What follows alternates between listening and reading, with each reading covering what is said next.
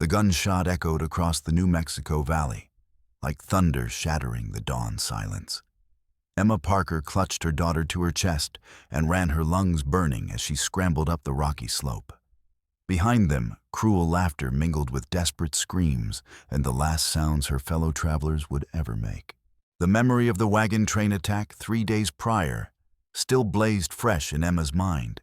The sudden ambush as they'd made camp, the rattle of gunfire, men in dust-covered dusters emerging from the scrub like demons. She'd watched in horror as Martha Wilson, just 17 and newly married, had been dragged screaming from beneath an overturned wagon. Emma had grabbed 4-year-old Lily and fled into the darkness, while the outlaws were distracted by their plundering, the child's tiny hand trembling in hers as they'd stumbled through the moonless night. Now, as bullets kicked up dirt around her feet, Emma cursed her decision to light that small cooking fire that had betrayed their position. She thought they'd traveled far enough that the outlaws would have given up their pursuit. She'd been wrong. Her only hope lay in the jagged black mouth of a cave looming in the mountainside ahead. With one final desperate surge of strength, Emma pushed forward, diving into the darkness with Lily clutched against her. A bullet struck stone inches from her head as she scrambled deeper into the cave's protective shadow rock chips, stinging her cheek. She pressed a hand over Lily's mouth to stifle her whimpers as heavy footsteps approached the cave entrance. "Check in there," a gruff voice commanded. A silhouette blocked the meager light filtering into the cave. Emma retreated further, feeling her way blindly along the rough wall until she found a narrow crevice barely wide enough to squeeze through. She pushed Lily in first, then followed the jagged stone, scraping her arms raw as she forced herself through the tight passage. Behind them, a beam of light from a lantern swept across the main chamber. "I can't see nothing in this damn hole," a voice echoed. "Could go back pretty deep. You going in there might be snakes, mountain lions, all sorts of nasty critters." Another voice replied, "Hell no. Let 'em rot in there if that's where they went. No food, no water. Nature'll finish our job for us if they're in there.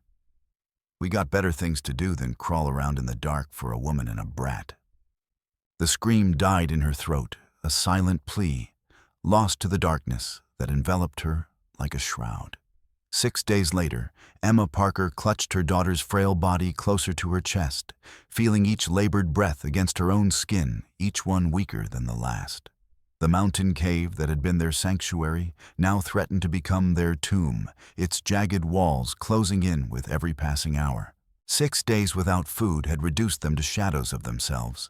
Emma's once vibrant 23-year-old frame, now emaciated beyond recognition, her daughter Lily's small body, frighteningly light in her arms. Death lingered in the stale air, patient and inevitable as mother and child clung to the last threads of life in the suffocating blackness of their prison. In the first days, they had survived on the few strips of dried meat Emma kept in her pocket and the small water skin she'd managed to grab during their escape. Emma had rationed the provisions, carefully giving Lily the lion's share, while taking only what was absolutely necessary to remain conscious. She had ventured to the cave entrance twice, hoping the outlaws had moved on, only to spot riders patrolling the valley below their intentions, clear in the methodical way they scanned the terrain. By the 4th day, the last of their supplies had been consumed, and Emma's hope began to fade like the distant memory of sunlight. Lily's whimper pierced the silence, a sound so faint it barely disturbed the heavy air. Her once rosy cheeks had hollowed eyes sunken into dark sockets, tiny fingers clutching weakly at her mother's tattered dress. Emma pressed cracked lips against her daughter's forehead, tasting salt and dust. No tears remained to shed their bodies, having consumed every drop of moisture in desperate self-preservation. Outside, the merciless New Mexico sun beat down on the mountain range, oblivious to the tragedy unfolding in the shadow of its majesty. "Story, Mama." Lily whispered, her voice like dry leaves rustling. "The princess story." Emma swallowed painfully, her throat constricted from dehydration.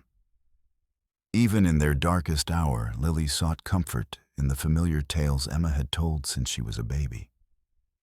Stories of brave princesses who overcame evil witches and cruel beasts who always found their way home through enchanted forests. How could she tell those stories now, when their own story seemed destined for an ending no child should ever hear? Once upon a time, Emma began, her voice cracking. There was a brave princess named Lily, who had hair like sunshine and a heart full of courage. She stroked her daughter's matted blonde curls, once so vibrant they'd captured the light like spun gold. The princess and her mother were on a journey to a magical kingdom in the west, where streams ran with sweet water and fruit grew on every tree. Golden apples, Lily murmured, her eyes drifting closed. Yes, golden apples. Emma continued, fighting to keep her voice steady. But on their journey, they were forced to take shelter in a mountain cave.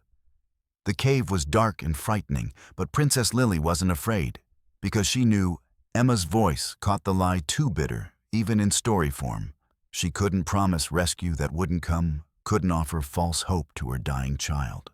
Instead, she pulled Lily closer, humming a lullaby from her own childhood, until the girl's breathing steadied in fitful sleep.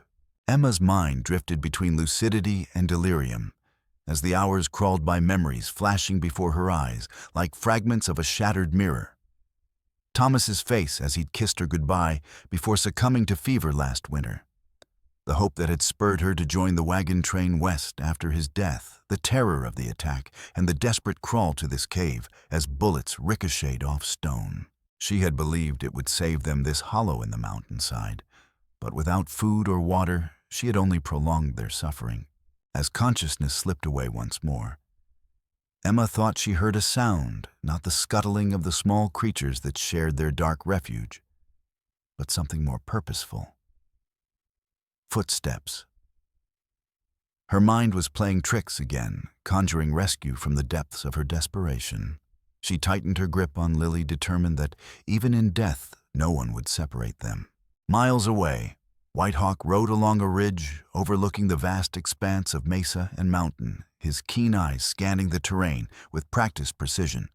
At 30 winters, the Comanche warrior carried himself with the dignity of a man who had seen too much death, his face weathered by sun and sorrow, his body lean and strong from a life spent in harmony with this unforgiving land. The wind whispered through the eagle feather tied in his long black hair, carrying messages only he could interpret. The Comanche called this mountain talking stone for the strange way sound carried through its canyons and caverns.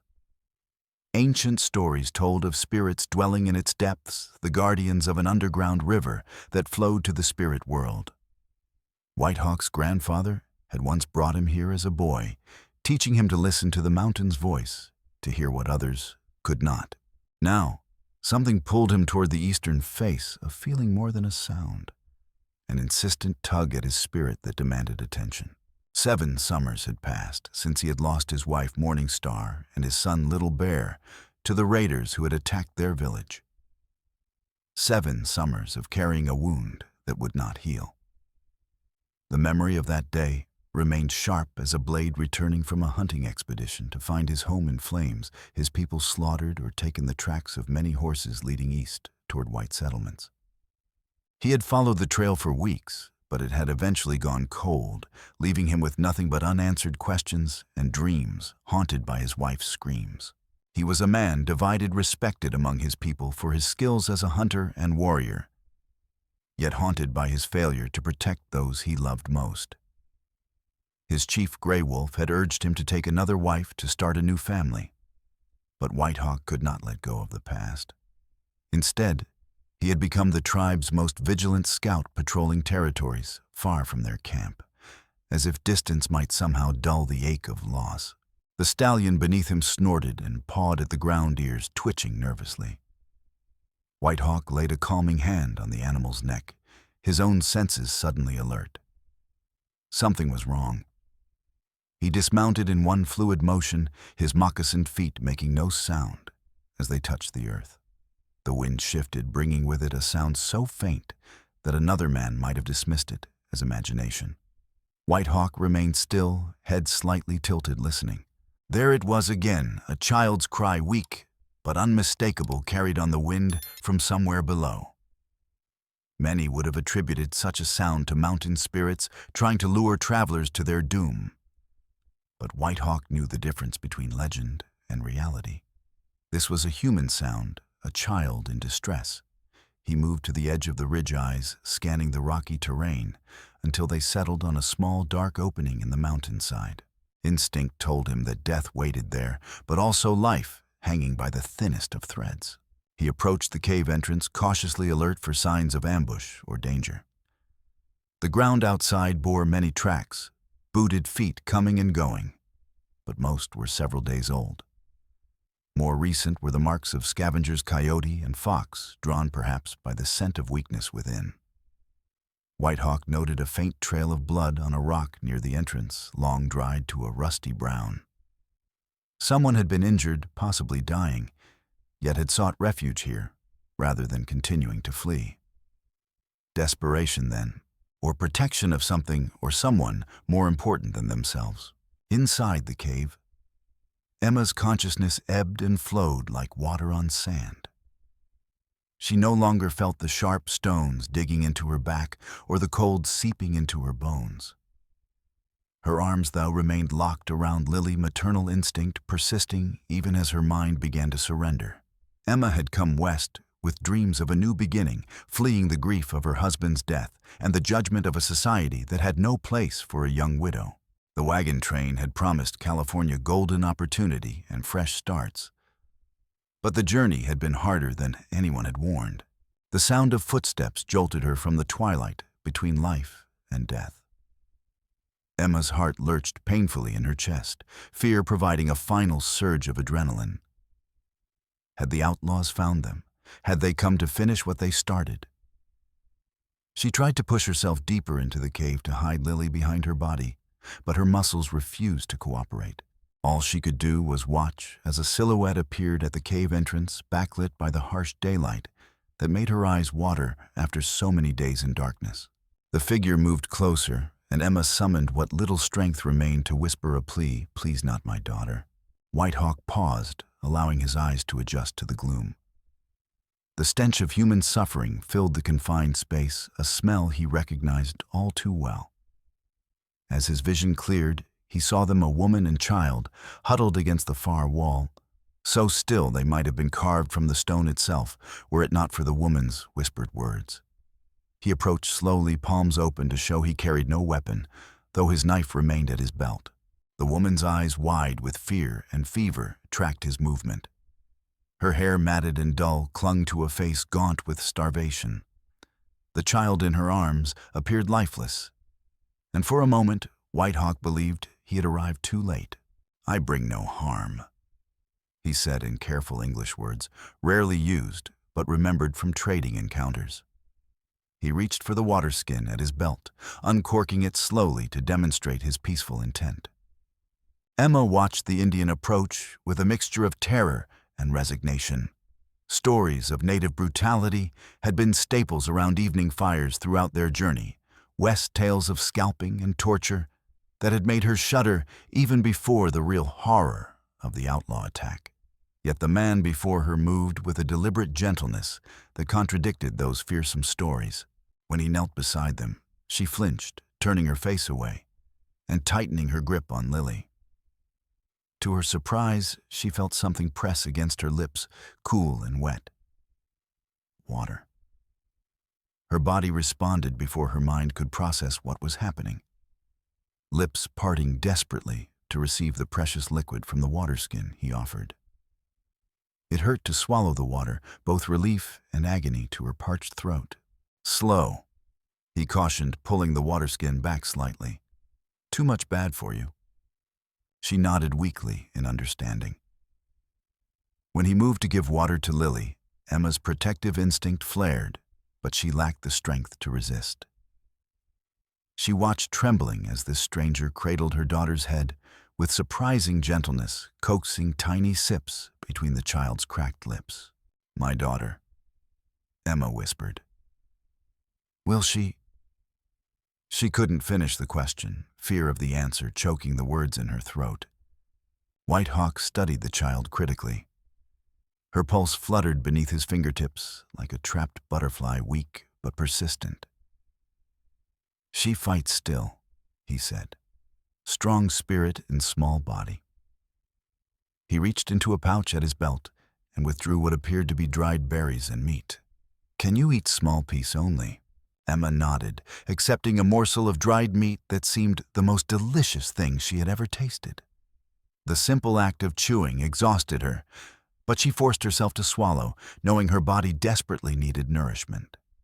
She watched anxiously as White Hawk attempted to feed Lily, moistening tiny bits of dried fruit with water to make them easier to consume. "How long? No food, no water?"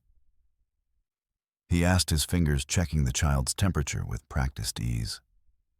6 days, maybe 7. Emma answered, her voice stronger after the water. "They chased us into the cave. We had a little food at first, but..." She gestured weakly at their pitiful circumstances. "Who chases?" White Hawk's expression darkened. "Men. Bad men. They attacked our wagon train, killed everyone." Emma's voice broke. "We were the only ones who escaped. They followed us." White Hawk worked methodically, years of survival in the harsh wilderness, having taught him how to assess and address immediate needs. The woman and child were in the final stages of starvation and dehydration. They needed more than he could provide here in this cave, but moving them would be dangerous in their weakened state. He made his decision quickly, gathering the child into his arms and gesturing for the woman to follow. "We must leave this place," he said firmly. "Not safe, not healthy." Emma tried to stand, but collapsed immediately, her legs unable to support even her diminished weight. Without hesitation, White Hawk lifted her as well, cradling mother and daughter against his chest as he carefully navigated the uneven floor of the cave. Emma felt herself being carried into the blinding sunlight, too weak to protest or assist. The world outside was a blur of harsh brightness and heat that made her head pound. "My name," the warrior said, as he settled her carefully in the shade of a juniper tree, "is White Hawk." "Emma," she managed to reply. "Emma Parker. My daughter is Lily." Speaking their names aloud felt like an affirmation that they still existed, that they hadn't already faded into dust and memory. White Hawk nodded solemnly, acknowledging the introduction with the gravity it deserved. White Hawk worked quickly, fashioning a simple travois that his horse could pull. He arranged Emma and Lily as comfortably as possible, covering them with a deer hide to protect them from the sun. Their condition was grave, particularly the child's, but the nearest settlement was at least 2 days' ride, and his own people's camp nearly as far in the opposite direction. He made his choice without hesitation, turning his horse toward Comanche territory. "I take you to my people," he explained as he secured the travois to his horse. "We have medicine, food, safe place to heal." Emma wanted to ask more questions about his people, about how far they would travel, about whether the outlaws might find them again. But exhaustion claimed her once more, the world fading to black as the travois began to move across the uneven ground. She drifted in and out of awareness as they traveled, the rhythmic movement of the travois, both comforting and painful. Each jolt sent spikes of agony through her weakened body. Yet she found herself welcoming the pain as proof she still lived. Occasionally, they would stop, and she would feel water at her lips again, sometimes accompanied by something bitter that White Hawk insisted she swallow. "Medicine," he explained when she made a face at the taste. "Help fever, make stronger." Each time she regained consciousness, her first thought was of Lily, and each time she found her daughter still breathing beside her, she sent a silent prayer of gratitude into the universe. The child remained worryingly unresponsive, but White Hawk assured Emma that Lily's spirit was fighting hard to stay in this world. "She has her mother's strength," he said during one rest stop as he gently bathed Lily's face with water from a stream they had encountered. and the protection of good spirits. The mountain could have taken her, but it chose to keep her safe until help came. By nightfall, White Hawk had brought them to a small, hidden valley where a stream provided fresh water and overhanging rocks offered shelter from the elements. He made camp with practiced efficiency, building a small fire and preparing a thin broth from dried meat in his pack. The woman watched him with wary eyes as he approached with a wooden bowl, suspicion warring with desperate hunger. "Eat." He said the English word awkward on his tongue. It had been many years since he had traded with white settlers, but he remembered enough of their language for simple communication. Slow, little by little, he demonstrated bringing a small amount of broth to his own lips before offering the bowl to her. Emma hesitated only briefly before accepting his help, allowing him to support her head as she sipped the warm liquid. The broth was bland, but felt like life itself flowing into her veins. She watched as he repeated the process with Lily, whose eyes had finally opened, though they remained dull and unfocused. "Thank you." Emma whispered the words, heavy with meaning. The Indian nodded, once his expression impossible to read in the flickering firelight. "White Hawk," he said again, touching his chest, ensuring she remembered his name.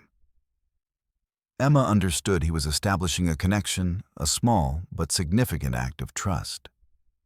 "Emma," she responded, then gestured weakly to her daughter.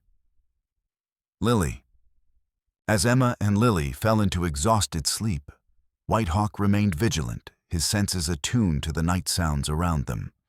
He had taken a risk bringing these two back from death's door, a risk that could potentially bring danger to his people if they were followed or if the woman proved untrustworthy. Yet the alternative had been unthinkable, leaving a mother and child to perish alone in that cave. He studied Emma's face in the firelight.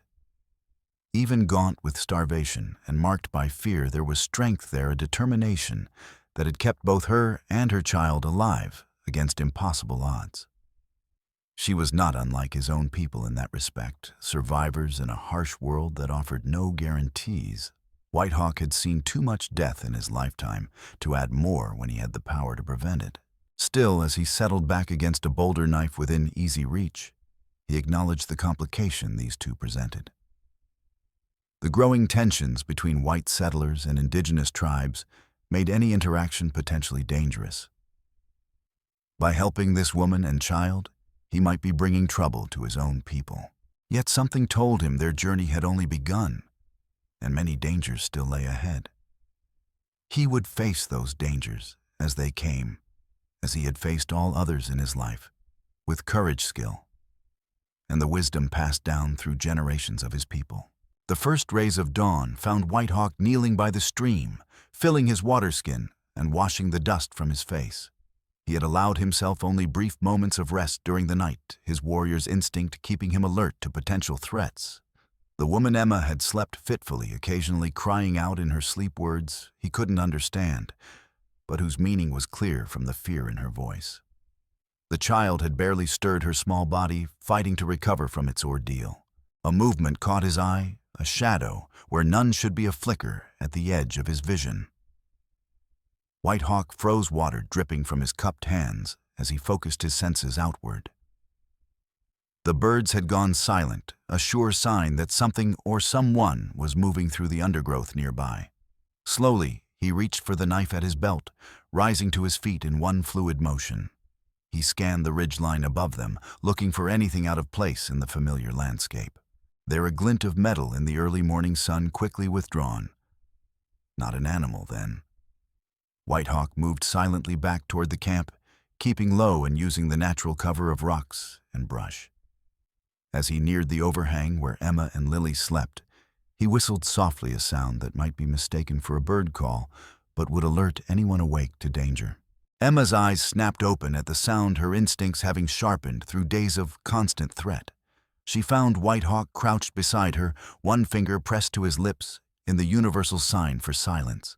He gestured toward the ridge, then made a motion like a gun firing. Emma's heart raced as she understood they had been found. She pulled Lily close, the child still deep in exhausted sleep and looked to Whitehawk for direction. He pointed to a narrow crevice at the back of their shelter, barely visible in the shadow of the overhang. "Hide," he whispered. "Do not move, no matter what you hear." Emma nodded, gathering Lily into her arms and crawling toward the crevice. It was a tight fit, but they managed to squeeze into the narrow space Lily clutched protectively against Emma's chest. Whitehawk helped position a fallen branch to further conceal the opening, then backed away, knife in hand. From her hiding place, Emma heard Whitehawk moving about the camper, making enough noise to be noticed, deliberately drawing attention to himself, she realized with a chill. He was making himself a target to protect them. She pressed a hand over her mouth to stifle a cry of warning, knowing any sound might betray their position. Minutes stretched like hours as Emma waited in terrified silence.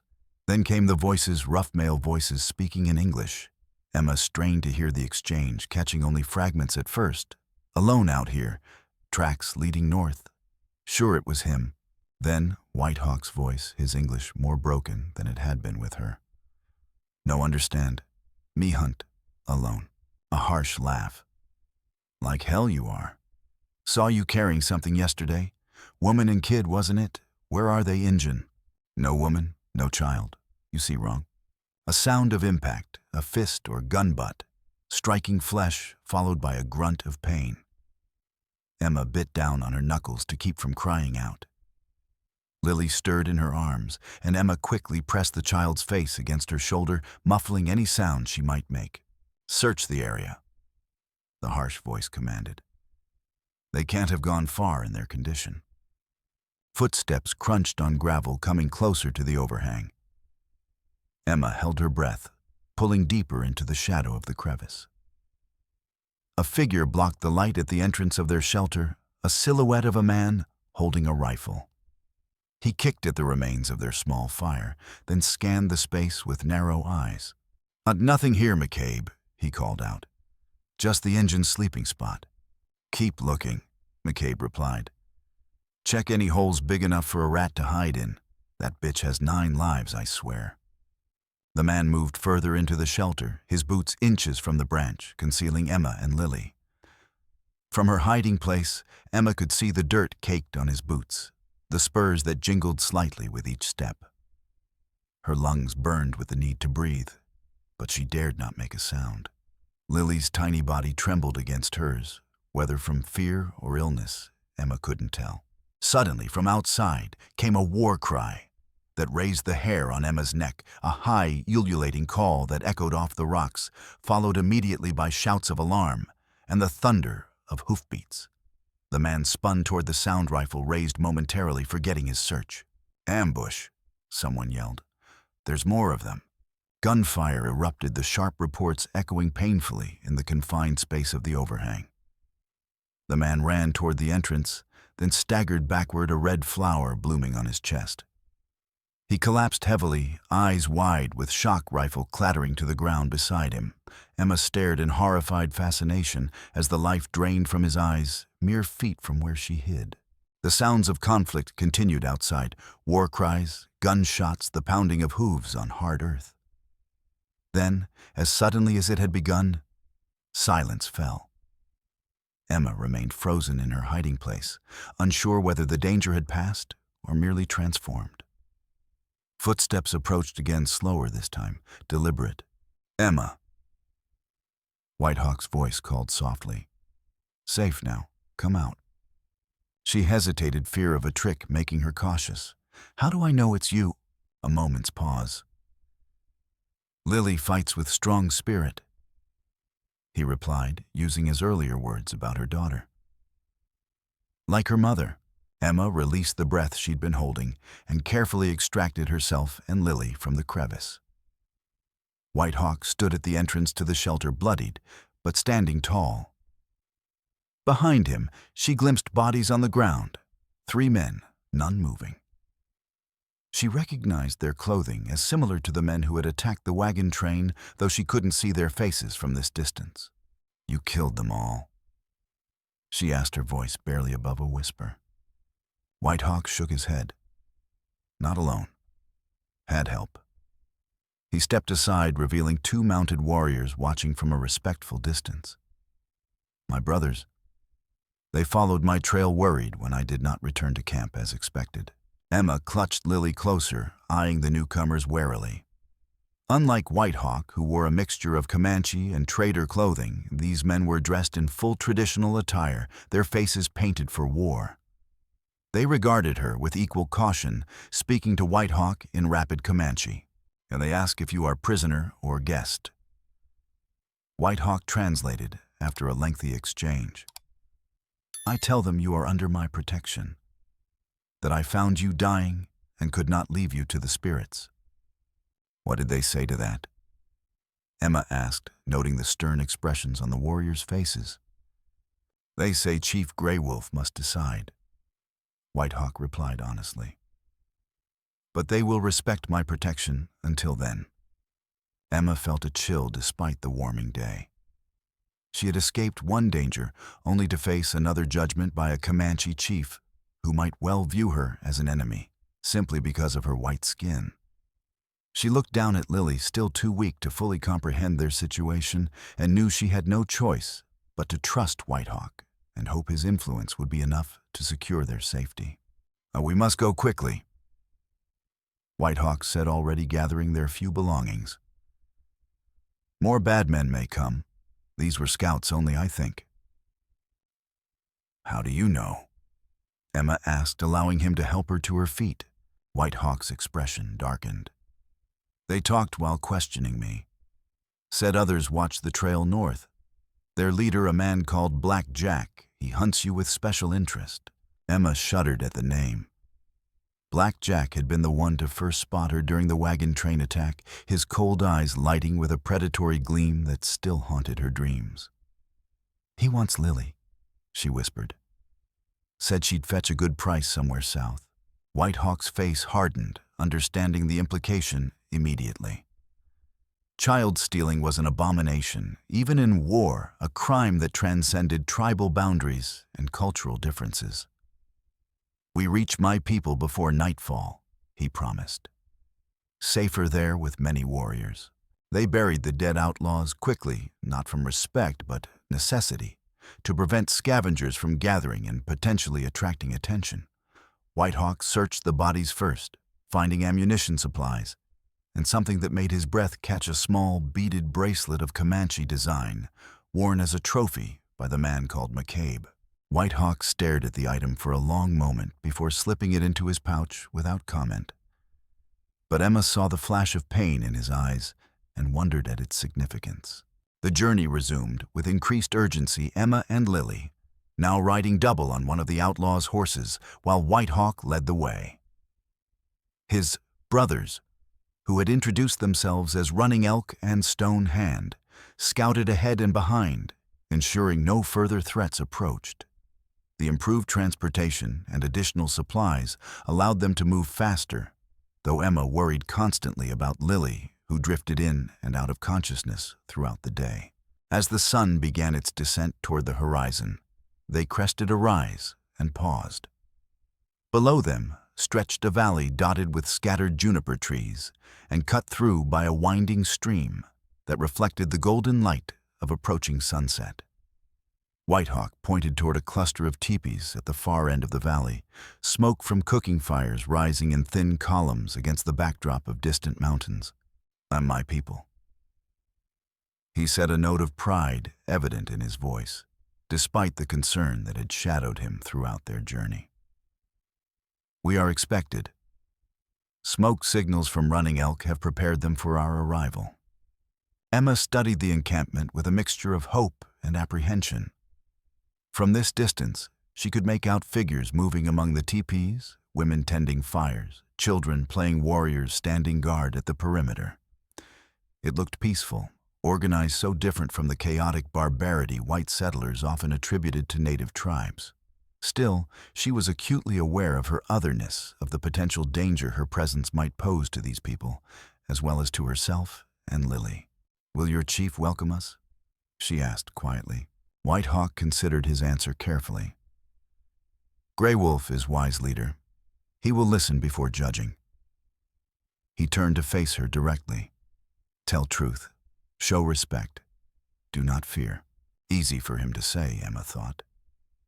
He wasn't riding into a camp of people who might view him as an enemy by birth. Yet what choice did she have to turn back? Was certain death either from the elements or from Black Jack and his men? At least with White Hawk they had a chance. As they approached, the Comanche camp figures emerged from the teepees, alerted by the returning scouts. Emma felt the weight of dozens of eyes upon her, evaluating, judging, wondering at her presence among them. Children pointed and whispered. Women gathered in small groups, watching intently. Warriors stood at alert, hands near weapons, though not drawing them in the presence of their returning brothers. White Hawk called out in his native tongue words Emma couldn't understand, but whose meaning was clear from the welcoming responses of some, the reserved caution of others. An older man stepped forward, his bearing regal, despite his advanced years adorned with symbols of leadership that marked him unmistakably as Chief Grey Wolf. Beside him stood a woman of similar age, her face weathered but kind, her gaze immediately drawn to Lily's small form, huddled against Emma. White Hawk dismounted and approached the chief with respectful gestures, speaking rapidly in Comanche. Emma caught her name and Lily's mentioned several times as White Hawk explained their situation. The chief listened impassively, his dark eyes occasionally flicking to Emma and Lily as the tale unfolded. When White Hawk finished, a heavy silence fell over the gathering. Chief Grey Wolf approached Emma's horse slowly, his gaze penetrating but not unkind.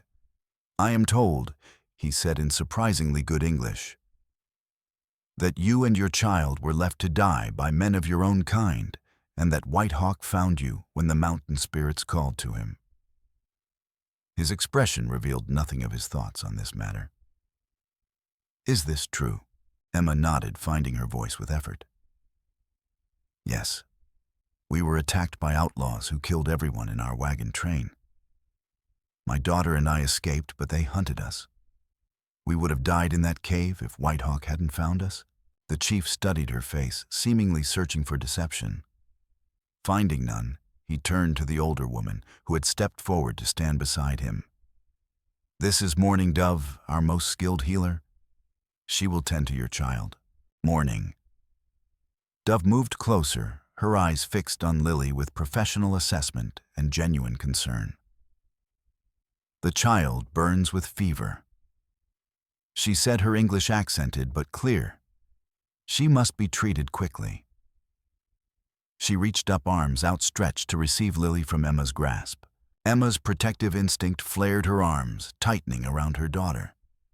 The memory of Martha Wilson being torn from the wagon flashed unbidden in her mind, followed by the cruel words of Black Jack about Lily's value. Morning Dove seemed to understand her fear, her expression softening. "I have raised 5 children and helped bring many more into this world," she said gently. "Your daughter will not leave your sight. I give my word as a mother and a healer." White Hawk moved to stand beside Emma's horse, his presence reassuring. "Trust," he said simply, "as you trusted me." It was perhaps the most difficult thing Emma had ever done, relinquishing her weakened child to the care of a stranger. But something in Morning Dove's eyes, a depth of wisdom and compassion, gave her the courage to lower Lily into the woman's waiting arms. Morning Dove cradled the child with practiced gentleness, murmuring soft words in her own language as she examined Lily's face and hands. "Come," she said to Emma. "Your child needs medicine and you need rest. The council will speak with you when you are stronger." Emma looked uncertainly at White Hawk, who nodded encouragingly. "I will speak for you to the council," he promised. "Tell of what I have seen. Rest now and regain your strength." Chief Grey Wolf raised a hand, commanding the attention of the gathered tribe members. "This woman and child are guests of our people until the council decides their fate," he announced in Comanche White Hawk, translating quietly for Emma's benefit. "They are under the protection of White Hawk, who vouches for their character. Let no one cause them harm or discomfort." With that pronouncement, the tension in the air eased slightly. The crowd began to disperse, though many still cast curious glances at the strange white woman in their midst. Emma dismounted with White Hawk's assistance, her legs trembling with exhaustion and anxiety, as she followed Mourning Dove toward one of the larger teepees near the center of camp. The interior of the teepee was warm and dimly lit by a small central fire, the smoke rising through an opening at the apex. The space was surprisingly spacious and well organized, with sleeping pallets arranged along the walls and various implements hanging from the supporting poles. Bundles of herbs and dried plants hung from the upper structure, filling the air with a complex aroma that was somehow both medicinal and comforting. Mourning Dove had already laid Lily on a bed of soft furs and was examining her with deft, gentle hands. She spoke to a young woman who had followed them inside, sending her running for supplies. Turning to Emma, she gestured toward another pallet of furs. "Sit. Rest. I will care for your little one." Emma sank down gratefully, her body finally surrendering to the exhaustion she had been fighting for days. Still, she couldn't take her eyes off Lily, as Mourning Dove began preparing what appeared to be a medicinal tea, crushing dried leaves and adding them to a pot of water heating over the fire. "Your child suffers from the sun sickness and hunger," Mourning Dove explained as she worked. "Her body is too hot and too dry like land in the longest summer. We must bring the rain back to her." She held up various herbs, naming them for Emma's benefit. Willow bark for the fever, sage to cleanse the spirit, elderberry to strengthen the blood. The young woman returned with a small bowl of thick paste and clean cloths. Mourning Dove thanked her, then began gently bathing Lily's face and limbs with cool water before applying the paste to her forehead and chest. "What is that?" Emma asked, leaning forward anxiously. "Healing clay from the sacred springs." Mourning Dove replied, "It draws out fever and soothes the skin." She worked with quiet confidence, her movements economic and practiced. "Your daughter has a strong spirit. She fights to stay in this world." "Will she, it?" Emma couldn't finish the question, fear clutching at her throat. "Mourning." Dove met her gaze steadily. "I cannot promise what is not mine to give. Life and death belong to the Great Spirit. But I have seen children return from further along the shadow path than this one." She resumed her ministrations, singing softly as she worked a melody so ancient and soothing that Emma felt her own eyelids growing heavy, despite her worry. White Hawk entered the teepee a short time later, ducking his tall frame through the low entrance. He carried a wooden bowl filled with what appeared to be stew, the aroma making Emma suddenly aware of her hunger. He handed her the bowl and a horn spoon, watching as she took the first cautious sip. The stew was rich with unfamiliar flavors, meat and roots combined in a hearty broth that instantly revitalized her. "Eat slowly," White Hawk cautioned, though the advice was unnecessary. Emma had learned the hard way about the dangers of eating too quickly after starvation. As she ate, White Hawk spoke with Mourning Dove in their native tongue, their conversation serious, judging by their expressions. When they finished, he turned to Emma. "I have told our council about the men who hunt you. Warriors prepare in case they come here." He paused, seeming to choose his next words carefully. "Did not tell all about you, only that I found you and child in need of help. Your story is yours to tell when you are ready." Emma appreciated this unexpected consideration, the understanding that her experiences were private until she chose to share them. "Thank you," she said softly, "for everything you've done for us. I don't know how to repay such kindness." White Hawk shook his head. "No debt between us. The mountain spirits guided me to you. To ignore their voice would dishonor my ancestors." Mourning. Dove looked up from tending Lily. "There is something strange about your child's illness." She said, her brow furrowed in concentration. The fever burns in patterns I have not seen before.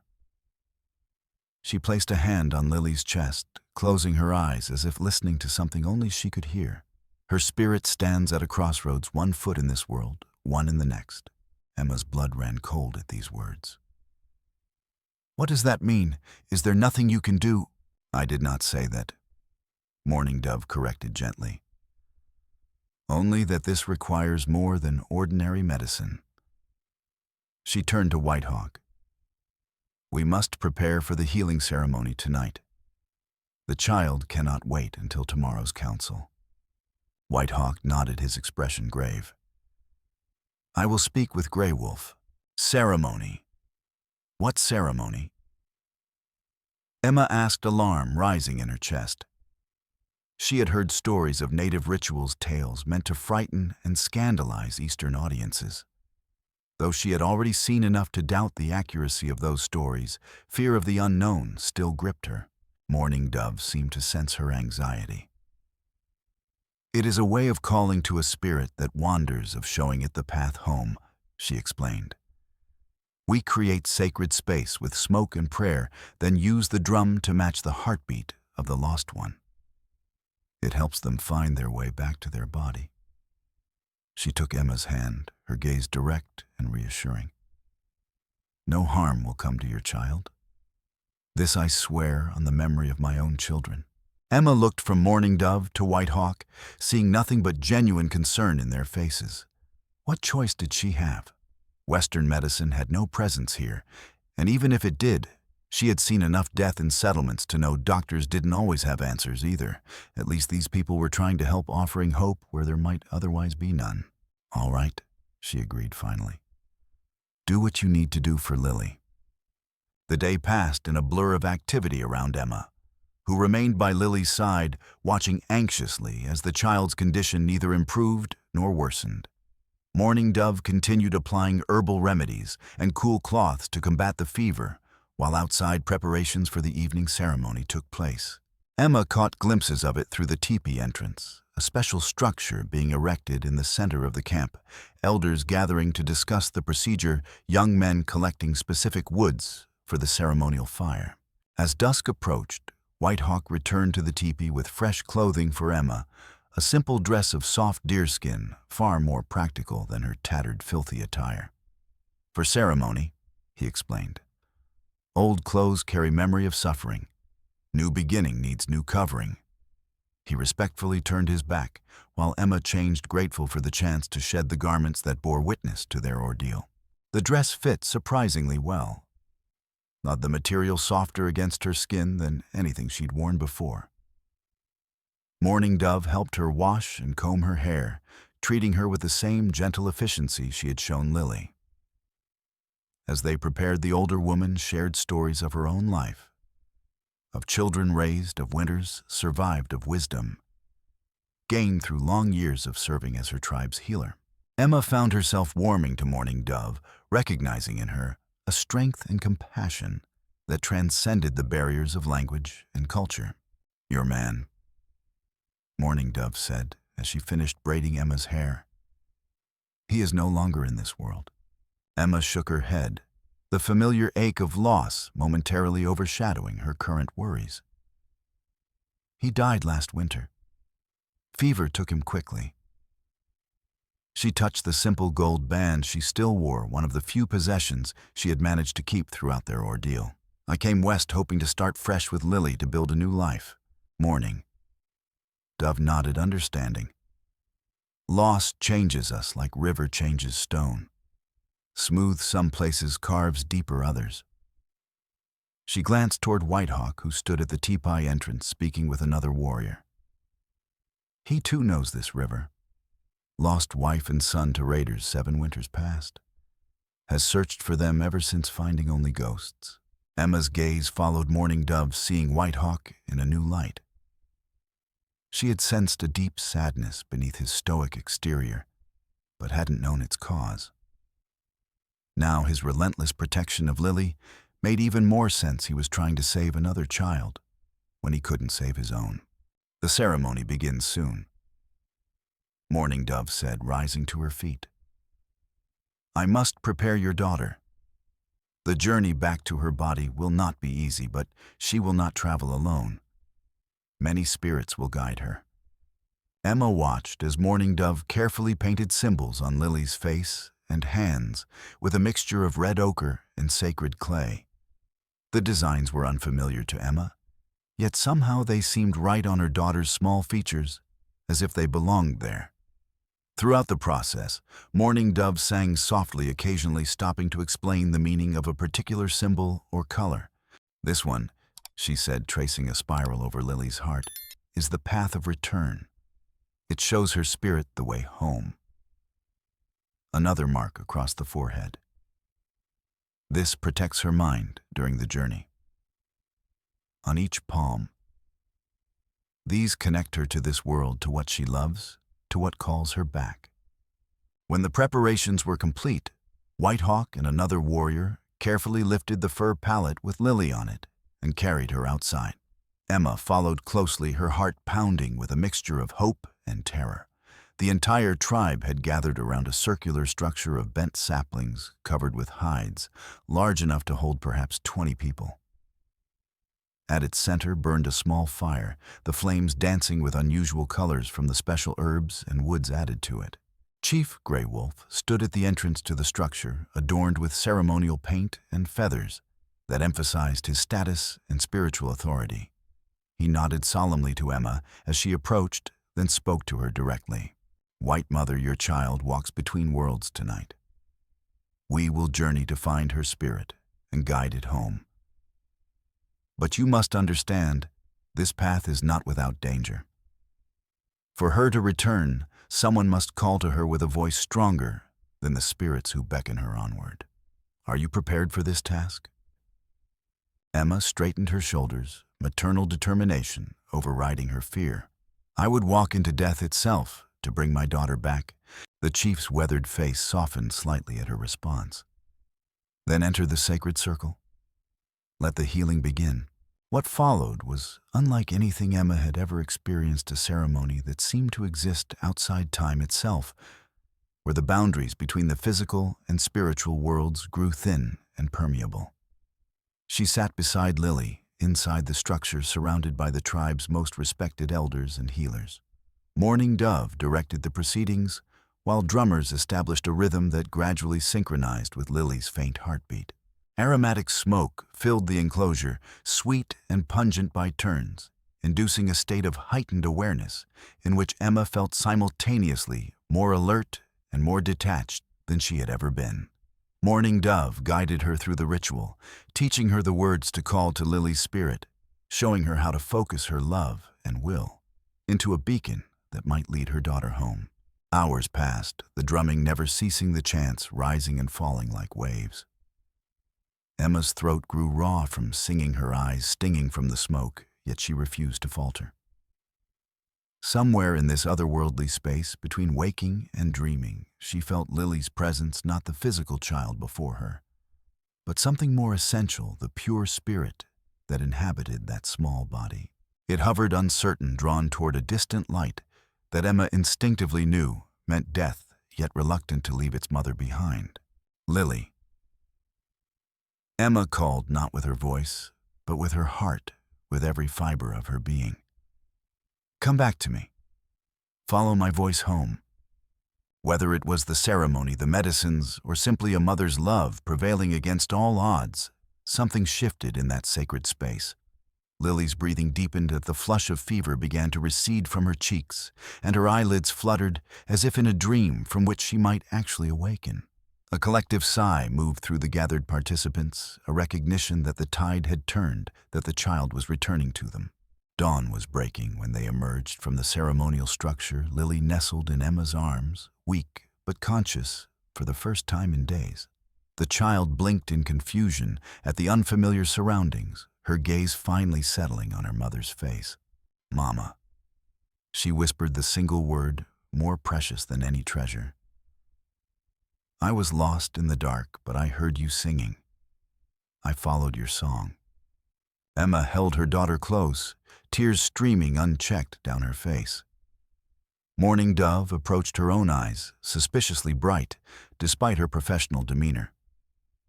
"The child must rest now," she said. "The journey back is as tiring as the journey outward. But she has returned to us whole."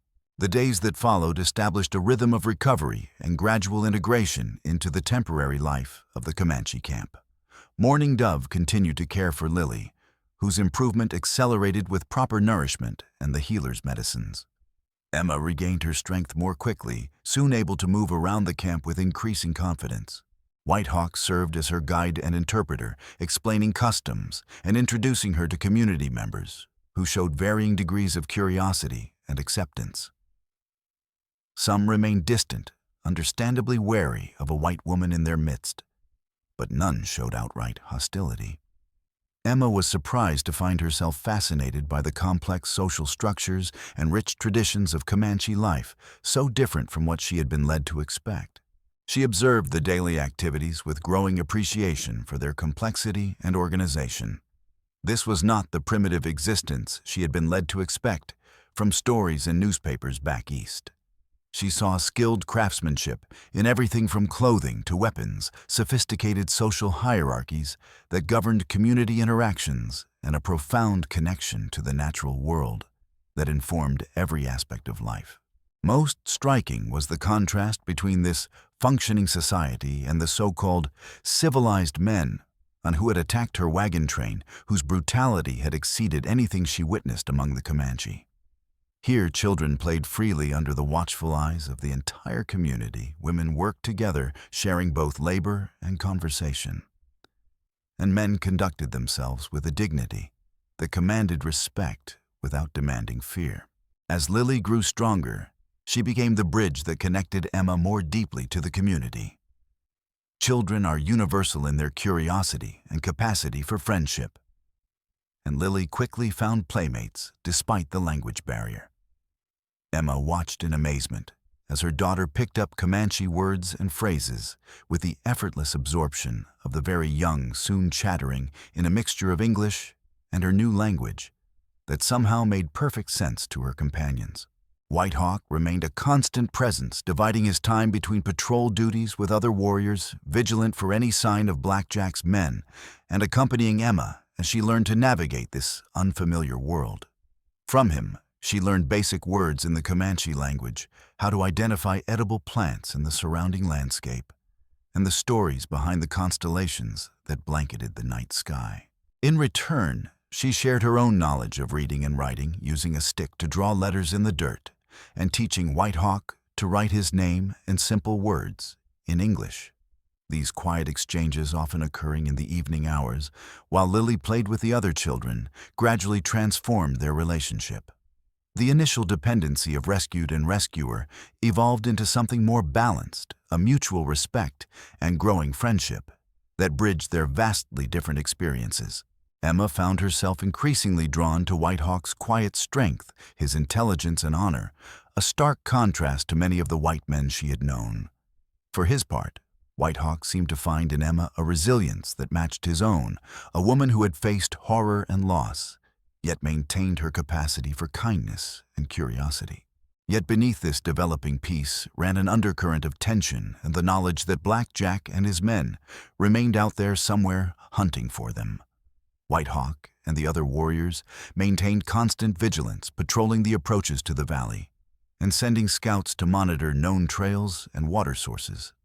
The entire camp existed in a state of heightened awareness, prepared to defend themselves or move quickly should danger approach.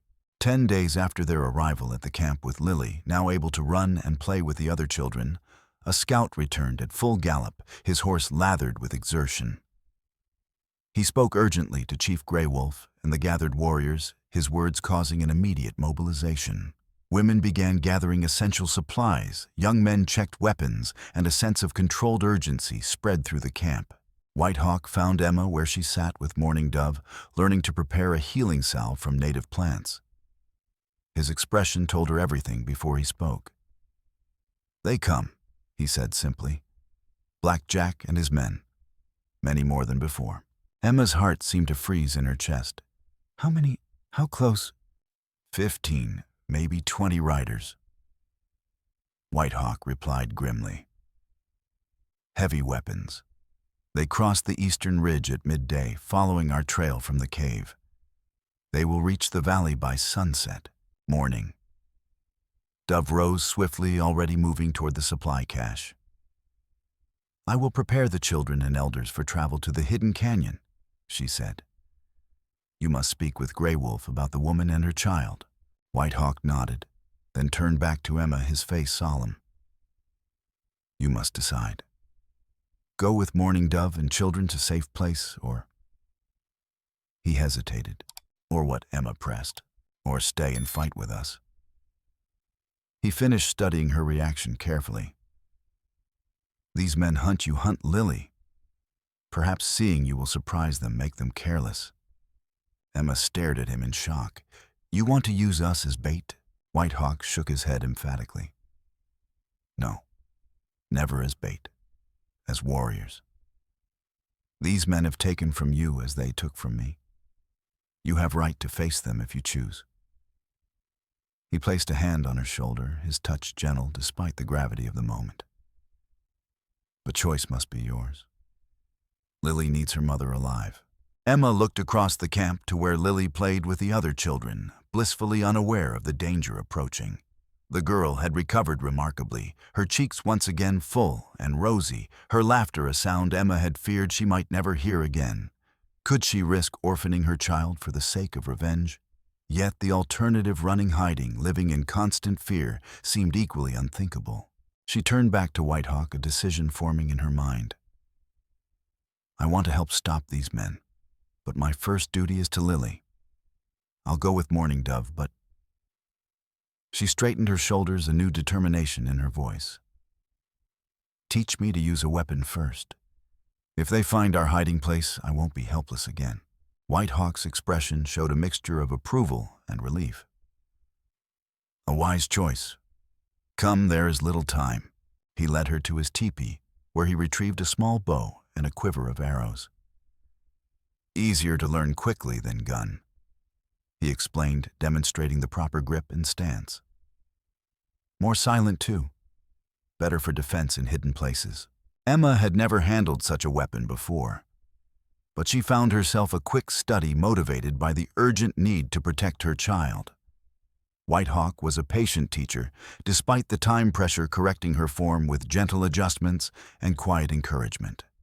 By the time they heard the signal for the women and children to depart, Emma could hit a target at close range with reasonable accuracy, not enough to impress a warrior, but sufficient to defend herself if necessary.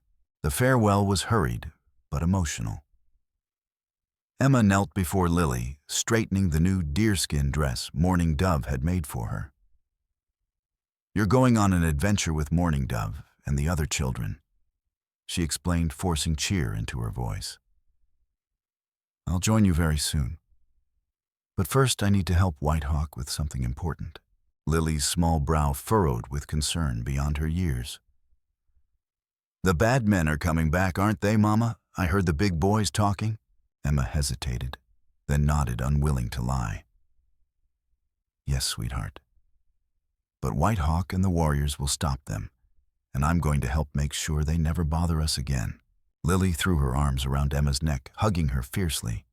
Promise you'll come back. Promise. I promise, Emma whispered, holding her daughter close for one more moment, before reluctantly handing her over to Mourning Dove. The older woman's eyes conveyed what words could not: a solemn vow to protect Lily with her life, if necessary, and a prayer that such sacrifice would not be required. As the group of children elders and a few warriors for protection disappeared into a hidden trail at the back of the valley, Emma turned to face the coming battle. White Hawk led her to where Chief Grey Wolf and the remaining warriors were gathering, their faces now painted for war weapons ready. The chief raised an eyebrow at Emma's presence, but made no comment respecting White Hawk's judgment. What is your plan? Emma asked, trying to keep her voice steady despite the fear churning in her stomach. Chief Grey Wolf gestured toward a crude map scratched in the dirt. They will come through the narrow pass here, he explained, indicating the eastern entrance to the valley. We have positioned warriors in the high rocks to ambush them, but Blackjack is no fool. He will expect such tactics. One of the older warriors, a man Emma knew as Stone Knife, pointed to another marking on the map. We have another surprise for them. During the night, we diverted the spring that feeds the small creek through the valley. The crossing that was ankle-deep yesterday will now be chest-high and swift. Whitehawk nodded approvingly. It will separate their group, force them to cross in smaller numbers. And your role? Emma asked him directly, sensing there was more to the plan. Whitehawk exchanged glances with the chief before answering. I will draw their attention. Make them believe the camp is unprepared. They will see me and a few others appearing to gather supplies in haste, as if we have just discovered their approach. That's dangerous. Emma protested, concern evident in her voice. All battle is dangerous, Whitehawk replied simply. But they will be focused on pursuit, not watching the cliffs above them. As the warriors continued discussing strategy, a young brave named Running Fox approached the circle. His expression troubled. Chief Crooked Finger is missing. He was assigned to watch the western perimeter, but has not reported back. Grey Wolf frowned. Perhaps he saw something and followed to investigate. Perhaps. Running Fox agreed, though his tone suggested doubt. But his horse remains tethered, and he took no weapons except his knife. A cold suspicion formed in Emma's mind. This Crooked Finger? She asked carefully. What do I know of him? Whitehawk's expression darkened. He is one who did not welcome you to our camp. He lost family to white settlers 2 summers ago and carries much anger. Could he have gone to meet Blackjack's men? Emma voiced the fear that had suddenly gripped her. To tell them about your plans, about where the children have been sent. The possibility hung heavily in the air, a threat more dire than the approaching outlaws. If the hiding place of the children and elders had been compromised, the entire defense strategy would need to change immediately. Grey Wolf turned to Running Fox, issuing rapid instructions in Comanche. The young warrior nodded and took off at a run toward the hidden trail. He will verify the safety of our people, the chief explained to Emma. If Crooked Finger has betrayed us, Running Fox will warn Mourning Dove to move deeper into the canyon system. Whitehawk's hand went to the knife at his belt, his jaw tight with controlled anger. If Crooked Finger has done this thing, he will not live to see another sunrise. The tension of waiting was almost unbearable. Emma positioned herself where Whitehawk had instructed, hidden, but with a clear view of the valley approach. The bow felt awkward in her hands, despite the brief training. But the weight of it was reassuring nonetheless. Around her, Comanche warriors had melted into the landscape so effectively that even knowing their positions, she could barely detect their presence. The sun had begun its descent toward the western horizon when the first riders appeared at the mouth of the valley. Emma's breath caught in her throat at the sight of Blackjack leading the column, his hulking form unmistakable even at a distance. The outlaw band moved cautiously, clearly aware they were entering potential danger, yet confident in their superior numbers and firepower. Emma counted 17 men, all heavily armed, their faces hard and weather-beaten beneath the brims of dusty hats. The trap was perfectly executed. As the outlaws reached the midpoint of the valley, Whitehawk and 3 other warriors appeared near the camp, making a show of hasty preparation, as if just discovering the approaching threat. Blackjack shouted in triumph, spurring his men forward toward what appeared to be easy prey. The group split naturally as they encountered the now swollen creek, some pushing directly across, while others moved toward the narrower crossing point downstream. The moment the group separated, war cries erupted from the surrounding cliffs as hidden warriors revealed themselves, raining arrows down on the outlaws below. The ambush was devastating in its initial impact, with 5 men falling before they could even identify where the attack originated. The remaining outlaws scattered for cover, returning fire wildly at the rocky heights around them.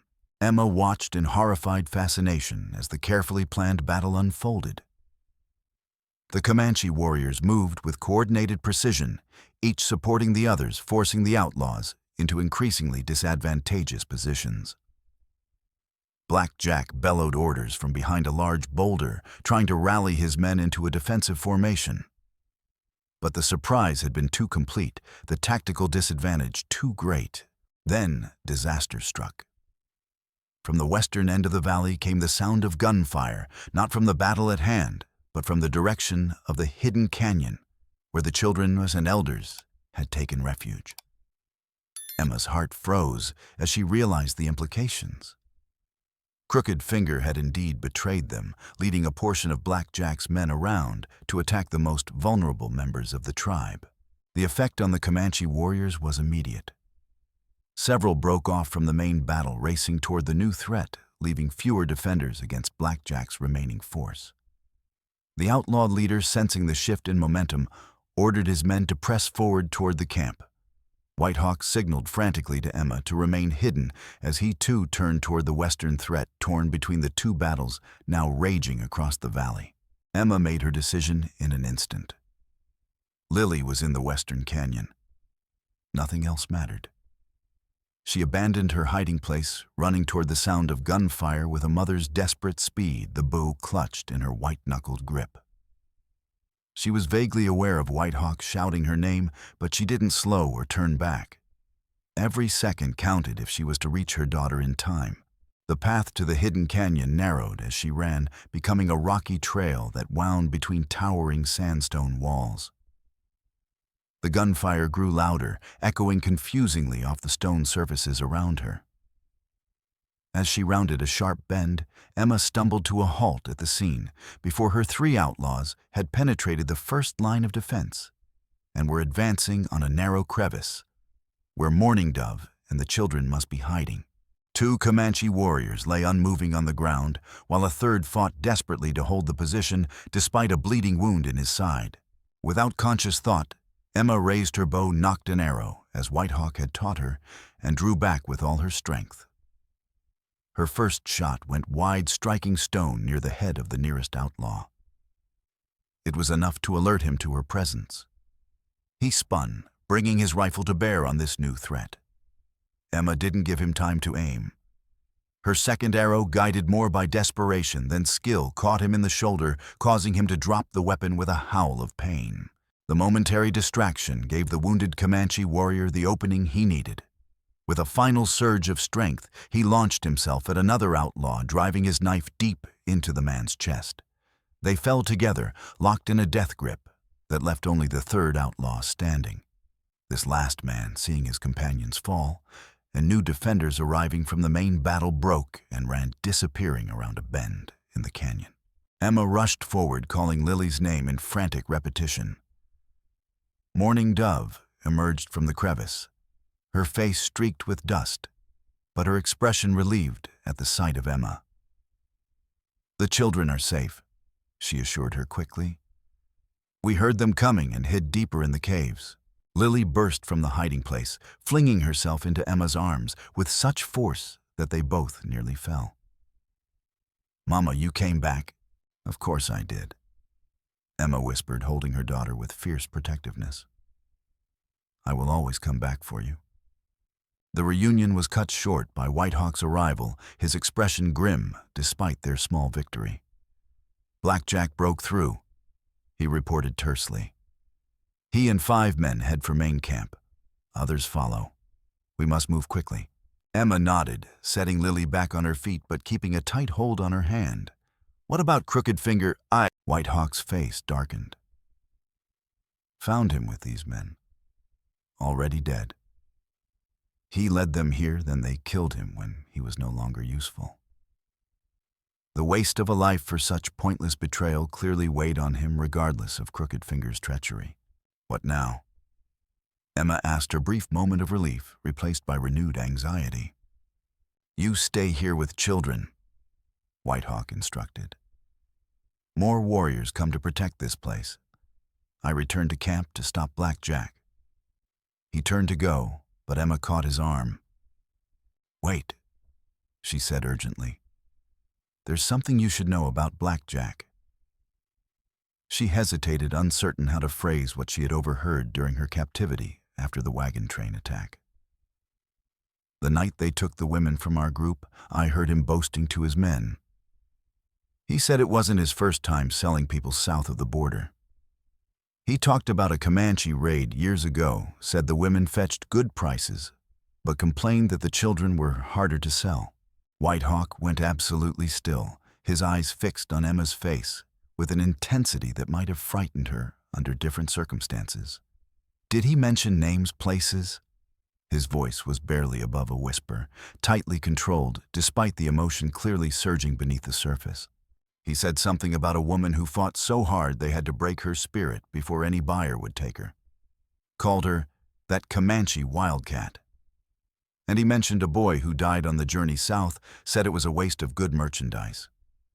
The transformation in White Hawk's face was both subtle and profound, a flicker of devastating pain, followed by a cold, focused rage that seemed to emanate from his very core. Without another word, he turned and ran toward the main camp, moving with a deadly purpose that made Emma shiver despite the warmth of the evening. She realized in that moment what she had done confirmed White Hawk's worst fears about the fate of his family, while simultaneously identifying their killer. She had given him the closure he had sought for 7 years. But at what cost? The look in his eyes had been that of a man with nothing left to lose, prepared to die if necessary to exact vengeance. What is wrong with White Hawk? Lily asked, picking up on the sudden tension. He looked scary. He has to finish a very important task, Emma replied carefully. And we need to stay here where it's safe until he comes back for us. If he comes back, she added silently, already fearing the worst. Meanwhile, back at the main camp, chaos had erupted. Black Jack and his remaining men had reached the teepees and were systematically searching them, destroying anything in their path. The outlaw leader stood in the central clearing, bellowing orders to his increasingly desperate followers. Their plan to attack the supposedly vulnerable Comanche encampment had gone disastrously wrong, and now they were caught in territory they didn't know, against an enemy who seemed to materialize from the very landscape itself. They find the woman and the kid, Black Jack shouted, firing into a teepee that collapsed in flames. They're here somewhere. $5,000 waiting in Santa Fe for that girl, and I aim to collect. From the shadows at the edge of Camp White Hawk, watched a predator assessing his prey. The knowledge Emma had shared burned in his mind, crystallizing years of uncertainty into a clear, terrible truth. This man had destroyed his family, had taken Morning Star from her home. To a fate worse than death had allowed Little Bear to die during the journey south like an animal rather than a child. For 7 years, White Hawk had lived with not knowing, with the torment of imagination. Now he knew, and that knowledge focused his rage into something cold and precise as a blade. He moved silently around the perimeter of the camp, eliminating one outlaw guard with a swift, efficient knife thrust before the man could make a sound. The others were too focused on their leader and the more obvious threats to notice White Hawk's approach until it was too late. One by one, the outlaws fell to arrows from the darkness, or the silent strike of a knife between the ribs, their numbers dwindling from 5 to 3, then to just Black Jack and a single remaining henchman. Finally, sensing the noose tightening around them, Black Jack and his last man retreated to the center of the camp, standing back to back with weapons raised. "Come out and face me, you cowards!" Black Jack roared, sweeping his gun in a wild arc around the darkening camp. "I've killed more Indians than you've got fingers and toes. You don't scare Jack McCade." The name hit White Hawk like a physical blow. McCade. The same name he had heard whispered by a dying trader 3 years ago, who claimed to have seen a Comanche woman in a bordello in a remote Mexican village. A woman who still wore a beaded necklace of Comanche design despite her captor's attempts to strip away her identity. Morning Star's necklace, the one White Hawk had made for her on their wedding day. Jack McCade. White Hawk called, stepping into the firelight, his voice carrying across the now silent camp. I have waited 7 winters to find you. Black Jack spun toward the voice, his face contorting in confusion as he tried to place the Comanche warrior before him. Do I know you, Injun? He sneered, gun trained on White Hawk's chest. You attacked my village 7 winters ago. White Hawk replied, moving steadily forward despite the weapon aimed at him. You killed our men, took our women and children, my wife, Morning Star, my son, Little Bear. A flicker of recognition crossed Black Jack's face, followed by a cruel smile. That was a profitable day, he remarked, casual, as if discussing a successful hunting trip. Your wife was a real fighter. Had to break her spirit piece by piece before she'd obey. Shame about the boy, though. Weakling couldn't handle the journey. Wasted investment, that one. The world around White Hawk seemed to slow each heartbeat, stretching into eternity, as Black Jack's words confirmed his worst fears. For years he had clung to hope, however fragile that his family might have survived. Now that last thread of hope severed, leaving nothing but the cold clarity of vengeance. You die tonight. White Hawk stated not as a threat, but as a simple fact. Your spirit will wander lost, forever food for the shadow coyotes. Black Jack laughed, the sound echoing unnaturally in the tense silence. Big talk from a man staring down the barrel of my gun. He cocked the hammer for emphasis. You, Comanche, always were stupid brave. That's why it's so easy to. The arrow took him in the shoulder before he could finish the impact, spinning him half around and sending his shot wild. Not White Hawk's arrow, this came from behind Black Jack, where Emma stood at the edge of the clearing, already knocking another arrow with trembling hands. The momentary distraction was all White Hawk needed. He launched forward in a blur of motion, knife flashing in the firelight. Black Jack's remaining companion fired frantically, the bullet grazing White Hawk's arm, but failing to slow his attack. In an instant, White Hawk was upon them, his movements those of a warrior possessed by cold fury and righteous vengeance. The fight was brutally short. The henchman fell first, throat slashed by White Hawk's lightning strike. Black Jack, despite his wound, proved a more formidable opponent. He abandoned his empty gun for a wicked Bowie knife, the blade catching the firelight, as the two men circled each other in a deadly dance. She called your name, you know.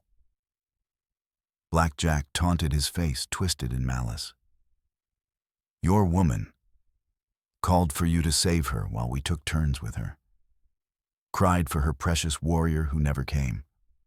White Hawk's expression didn't change, but something shifted in his eyes, a flash of pain, quickly subsumed by even deeper resolve. She knows I come for her now, he replied. Her spirit watches as I send you to the darkness.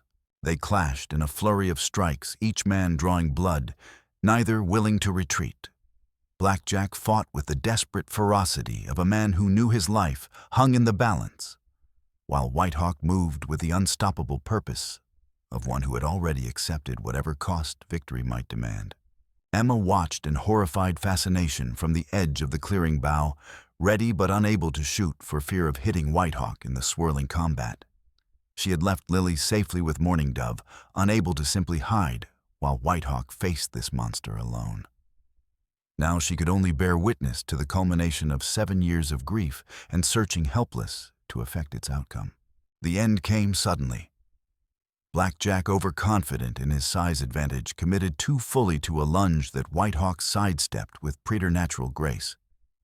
As the outlaw's momentum carried him forward, White Hawk struck not with his knife, but with a small stone war club pulled from his belt in a smooth, practiced motion. The weapon connected with Black Jack's temple with a sickening crack, dropping the bigger man to his knees. White Hawk circled to face his stunned opponent, knife raised for the killing blow.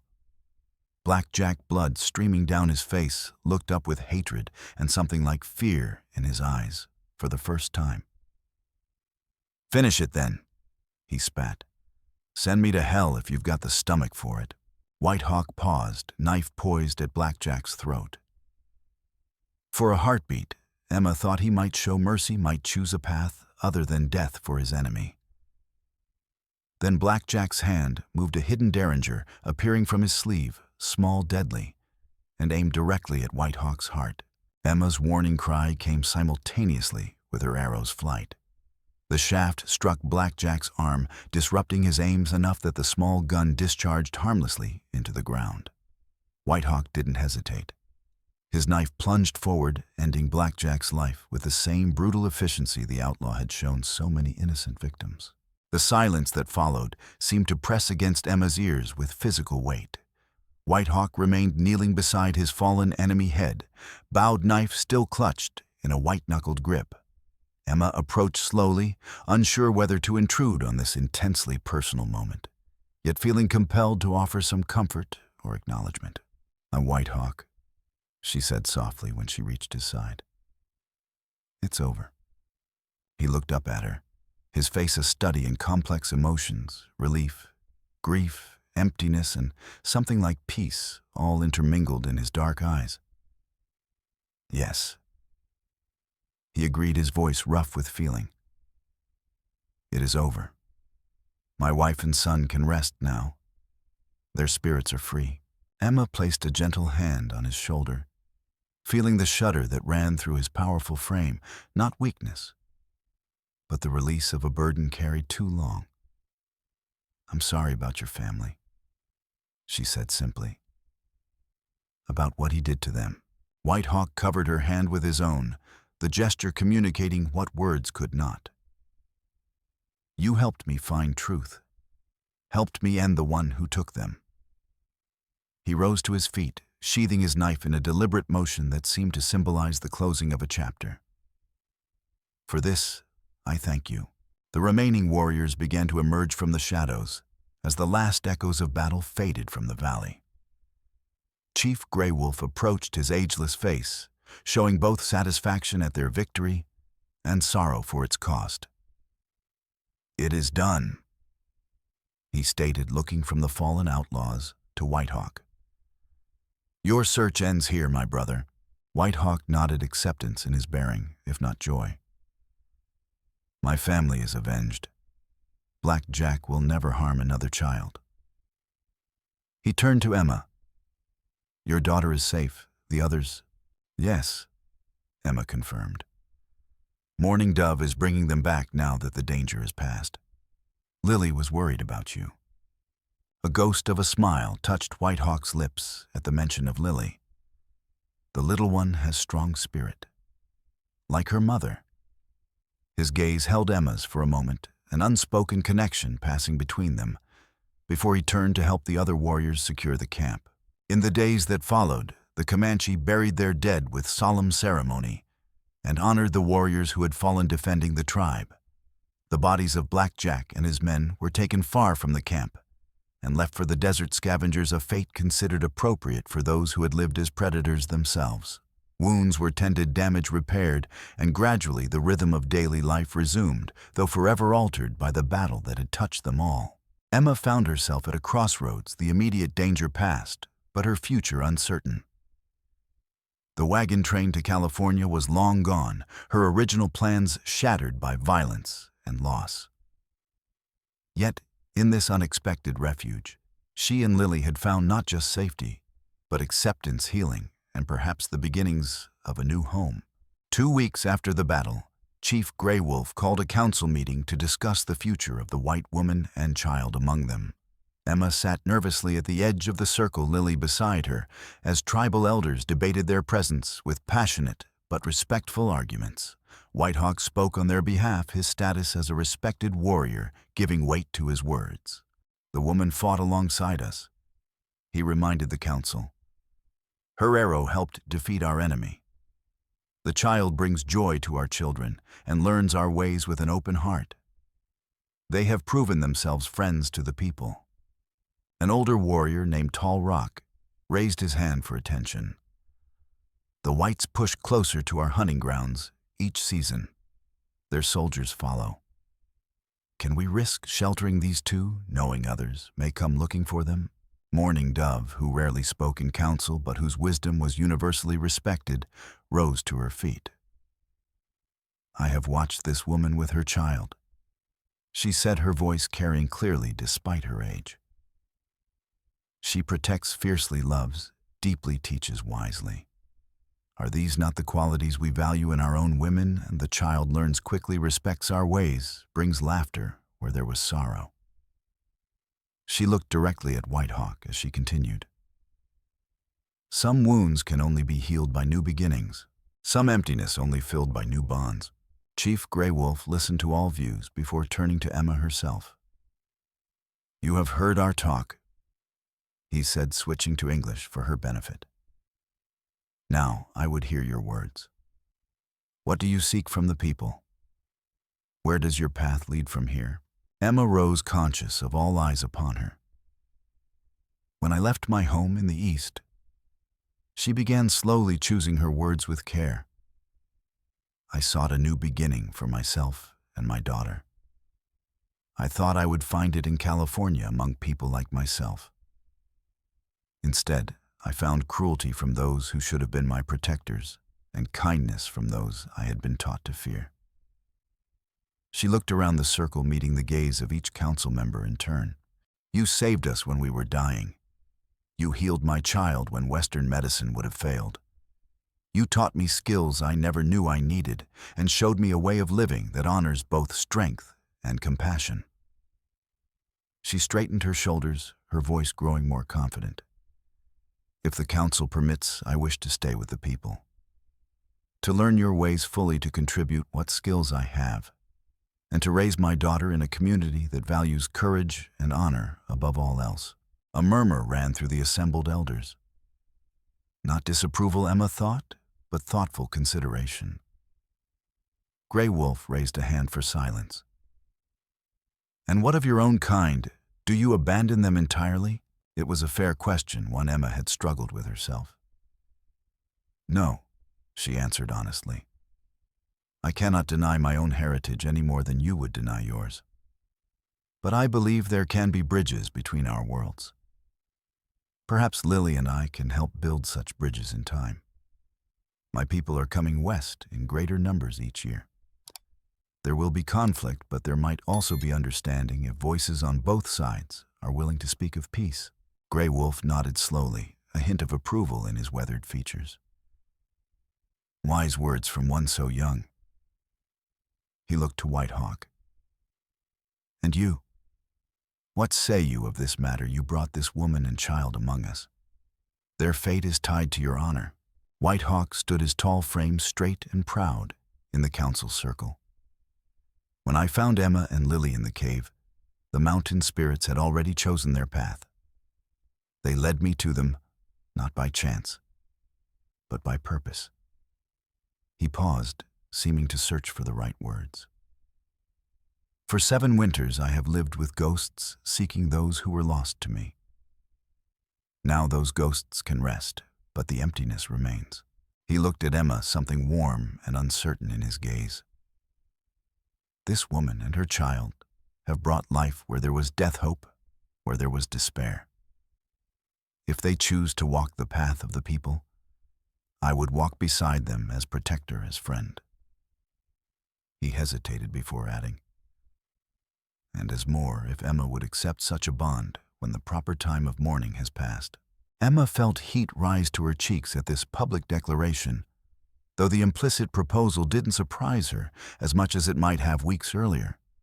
Something had been growing between them through shared danger and quiet moments of connection, a foundation of respect and understanding that might in time support deeper feelings. After much deliberation, Chief Grey Wolf announced the council's decision. Emma Parker and her daughter Lily will stay with the people as honored guests until the first snow. During this time, they will learn our ways more fully, and we will learn from them. When winter comes, if they still wish to remain, they will be adopted into the tribe with full rights and responsibilities. He looked pointedly at White Hawk. Other bonds must wait until both hearts are certain and the shadows of the past have faded. This is the wisdom of the council. It was a fair compromise, giving both Emma and the tribe time to be certain of their choice. As the council dispersed, Mourning Dove approached Emma with a warm smile. Come, she said, taking her hand. There is much to learn before the snow flies and the days grow shorter already. The months that followed were among the most transformative of Emma's life. Under Mourning Dove's patient tutelage, she learned the medicinal uses of plants, the preparation of hides for clothing, and the preservation of food for winter. Lily thrived in the freedom of tribal life, running wild with the other children, learning Comanche songs and stories, along with the practical skills all children were taught from an early age. White Hawk remained a constant presence, respectful of the boundaries set by the council, yet clearly invested in Emma and Lily's integration into tribal life. He taught Emma to hunt with bow and arrow, to read the subtle signs of weather and wildlife, to navigate by stars when all other landmarks failed. In return, she shared her knowledge of reading and writing, teaching not just White Hawk, but any tribal member who expressed interest in the strange symbols that could capture words on paper. As summer gave way to autumn, Emma found herself increasingly at home among the Comanche. The initial strangeness of their customs had given way to appreciation for their practicality and deep spiritual meaning. The simplified life, free from the arbitrary social constraints of white society, suited her independent nature in ways she hadn't anticipated. And Lily bloomed like a wildflower, transplanted to richer soil, her natural resilience and curiosity, making her a bridge between cultures even at her young age. The first snow came earlier than expected, a swirling white curtain that transformed the landscape overnight. Emma woke to find the world blanketed in silence.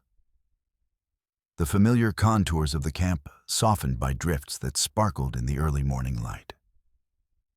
Lily's excited squeal from the teepee entrance brought a smile to her face. Some reactions transcended cultural differences. Later that day, Chief Gray Wolf summoned Emma to stand before the entire tribe. The ceremonial fire burned bright, despite the cold sending sparks spiraling up toward the clear winter sky. Emma and Lily were dressed in beautifully crafted deerskin garments, gifts from the women of the tribe who had come to accept them as their own. The snow has come, Gray Wolf announced, his voice carrying across the hushed gathering. The time of decision is upon us. Emma Parker, do you and your child still wish to join your path with that of the people? Emma stood tall, Lily's small hand clasped firmly in hers. We do, she replied without hesitation. We ask to walk with the Comanche as family, to share in your joys and sorrows, to defend your people as our own. The ceremony that followed was both solemn and joyful. A ritual of adoption that had been performed for generations when outsiders were welcomed into the tribe. Emma and Lily received Comanche names, Emma becoming Woman Who Walks Between Worlds, and Lily dubbed Little Flower That Grows in Stone, a reference to her remarkable survival in the cave. As the celebration continued into the evening, White Hawk approached Emma where she sat watching Lily dance with the other children around the fire. He settled beside her in comfortable silence for several minutes before speaking. The mourning time is over, he said quietly, for both of us. Emma nodded, understanding his meaning. They had each carried grief, she for Thomas, he for Morning Star and Little Bear. Neither would ever forget those lost loved ones, but the raw wound of grief had gradually transformed into something else, a sacred memory that could exist alongside new beginnings. Yes, she agreed, her eyes still on Lily's laughing face in the firelight. It is time to look forward rather than back. White Hawk's hand found her strong fingers intertwining with her own in a gesture more intimate than any words. My teepee stands empty and cold, he said simply. It needs a woman's touch, a child's laughter. Emma turned to face him, fully seeing in his dark eyes the same quiet strength that had drawn her from the beginning, now softened by something warmer. Are you certain? She asked. I am still a white woman, regardless of my Comanche name. There will always be those who disapprove. I am certain, he replied without hesitation. The color of skin matters less than the color of spirit. Yours shines bright with courage and compassion, the qualities most valued by my people." He touched her cheek gently. "And by me?" Their marriage in the spring became a symbol of hope and healing for the entire tribe.